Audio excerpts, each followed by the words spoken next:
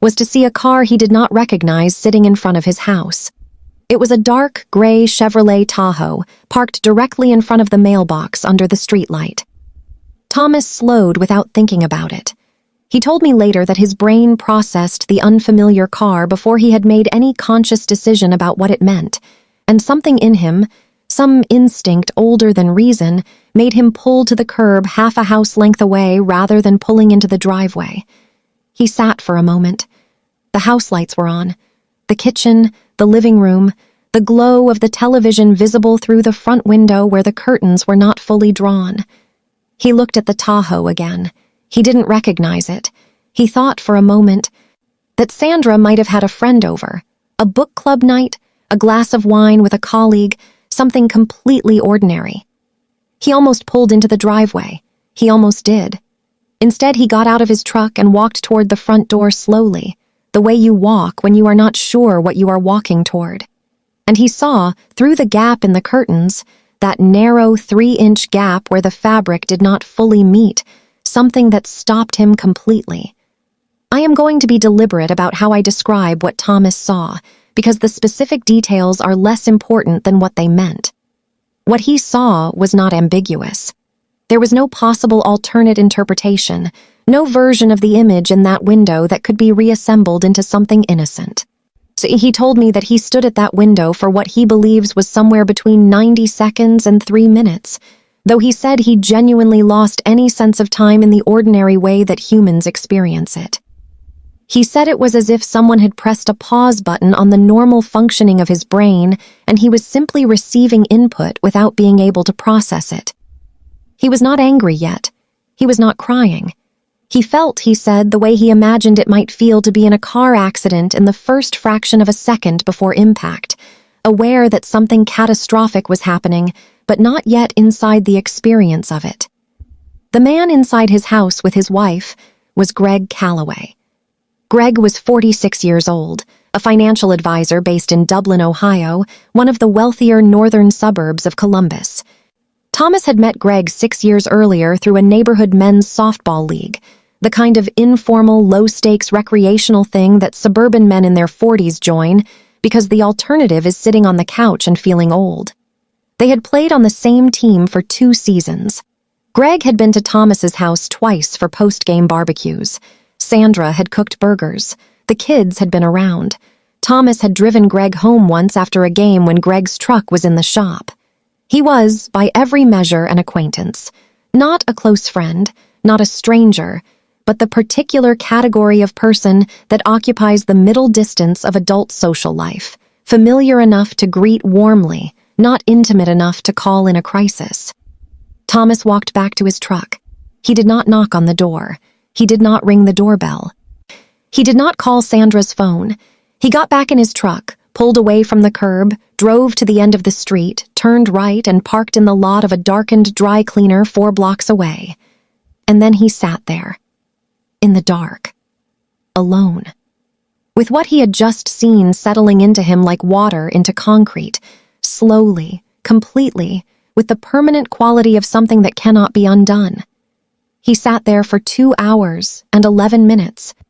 He told me he knows the exact duration because he watched the clock on the truck's dashboard the way you watch a clock when you cannot sleep, willing it to move and being surprised every time it does. During those 2 hours, he thought about his sons. He thought about Marcus, who was 20 years old and in his junior year at Ohio State, who still called home twice a week, and who would someday, or Thomas knew, understand what marriage actually cost. He thought about Derek, who was 17, who was in the middle of his junior year of high school, who had a girlfriend and a college application to write, and a whole life standing at the edge of the diving board waiting to begin.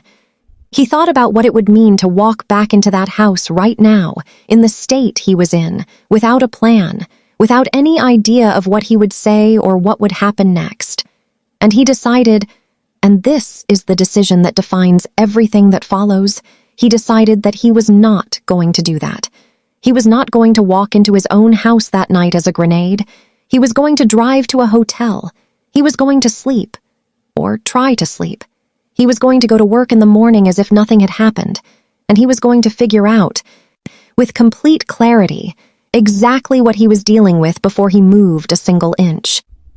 He drove to a Marriott courtyard 10 minutes from his house, paid cash at the front desk, went up to his room, and lay on top of the covers in his work clothes staring at the ceiling until somewhere after 3 in the morning when exhaustion finally pulled him under. He did not call Sandra that night. He did not send a text. His phone showed one message from her at 11:15, a simple, "How was your day? See you tomorrow," that he read and did not answer. He told me that looking at that message, so ordinary and so routine, sent after everything he had witnessed, was the strangest and most disorienting experience of the entire night.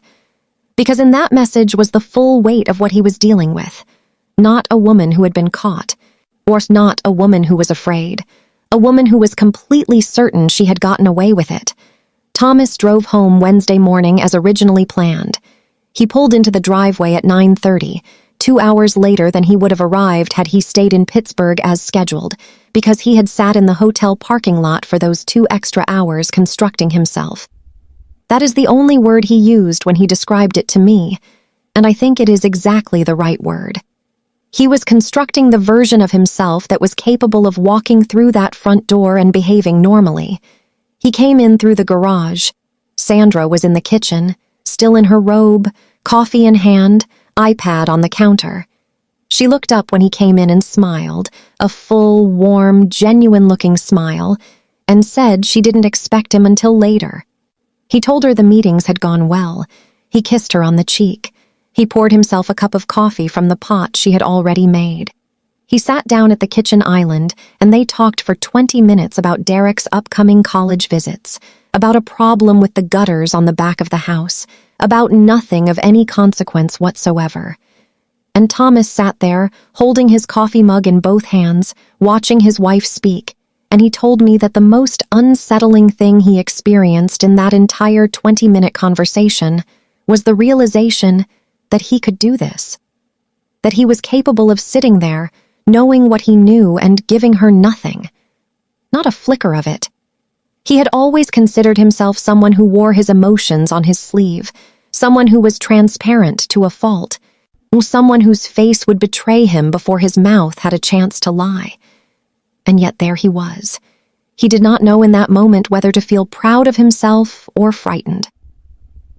Over the next 4 weeks, Thomas began paying attention. Not obsessively, not recklessly. He was deliberate about this. He did not go through her phone. He was intelligent enough to know that if he did and she noticed, the element of total information advantage that he was carefully building would evaporate instantly. Instead, he paid attention to what was already available to him in the ordinary landscape of their shared life. He started with the credit card statements. They had 2 joint cards, and the statements came in the mail, paper copies because Thomas had always preferred paper, and for years he had barely glanced at them. He started going through them line by line. What he found, once he was actually looking, was a quiet but consistent thread of charges that did not match the life they were supposed to be living together. Restaurant charges on weeknights when Sandra had said she was working late, always at places on the north side of the city, not far from Greg Calloway's office in Dublin.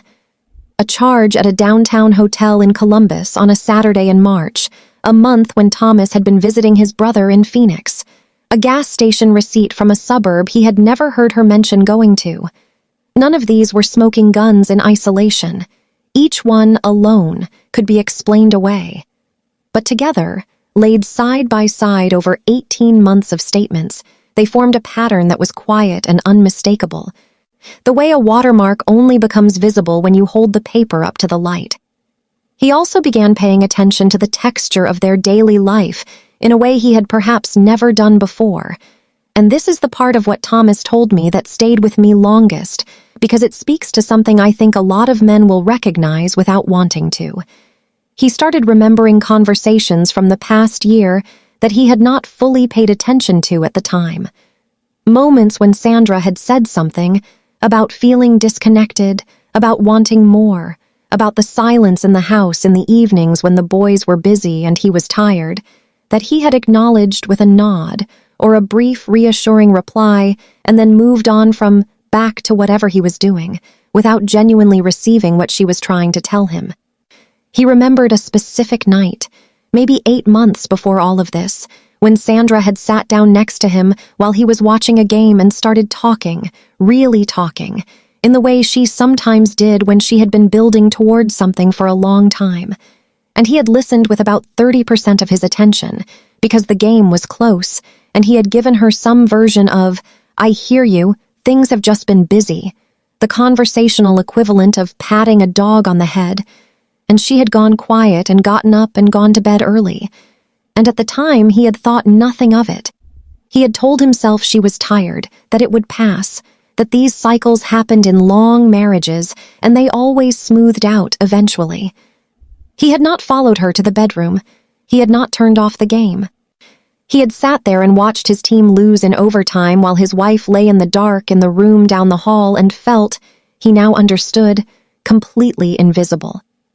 He was not, I want to be clear, using this memory to excuse what Sandra had done. He was not doing that. He was clear-eyed about the fact that what she had chosen was a choice, that there were other options available to her. Honesty, a direct conversation, even a separation if it had come to that she had not taken. But he was also honest enough with himself, in those 4 weeks of careful and quiet observation, to understand that the story of this marriage was not the story he had been telling himself. It was more complicated. It had more chapters, and some of those chapters, he was now forced to admit, had things in them that he had written. He called a divorce attorney on the 3rd week. He found the attorney through an online search, chose a firm in a suburb far enough from their neighborhood that there was no chance of running into anyone he knew, and made the appointment himself, paying for the consultation in cash because he was, by that point, thinking about everything with a level of operational care that he had not previously known he possessed. The attorney, a woman named Patricia, who specialized in high-asset divorce with a particular focus on parental rights, told him what he needed to know. He took notes. He went home.